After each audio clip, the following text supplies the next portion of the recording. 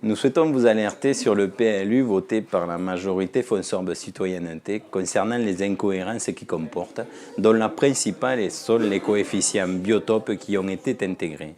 Sur la commune de Fonsorbe, 2 niveaux de coefficients biotopes sont appliqués. Sur les zones vertes, coefficients importants, et sur les zones jaunes, coefficients un peu plus faibles, mais qui impactent fortement les terrains.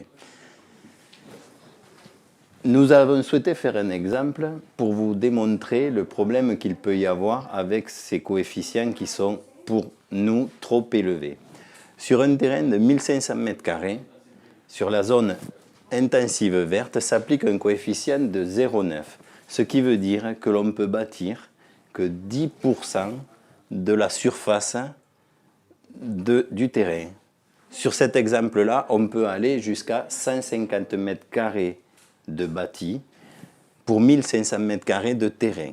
Si on fait une allée de 44 m², si on fait une terrasse de 8 m² et une maison de 120 m², votre terrain ne sera plus aménageable. Le coefficient biotope vous bloquera puisque 90% de la zone doit rester verte.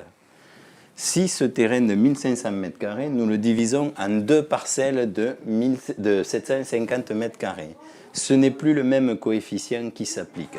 Le coefficient qui va être appliqué sur une parcelle de 750 m² est de 0,7, ce qui voudrait dire que nous pourrons bétonner 225 m² sur chaque surface. Si, dans le même exemple que celui-là, nous faisons une allée de 30 m², une terrasse de 8 m² et une maison de 120 m², nous pourrons en plus faire un abri-piscine de 20 m² et une piscine de 30 m². Tout ceci, on pourra le faire sur la deuxième parcelle de terrain de 750 m².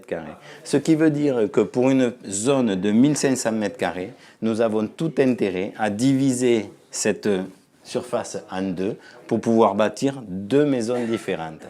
Ce n'est pas favorable à la maîtrise de la population, puisque nous ne pourrons plus bâtir sur de grands terrains. Les gens vont préférer avoir de petits terrains, mais pouvoir faire de plus grosses maisons.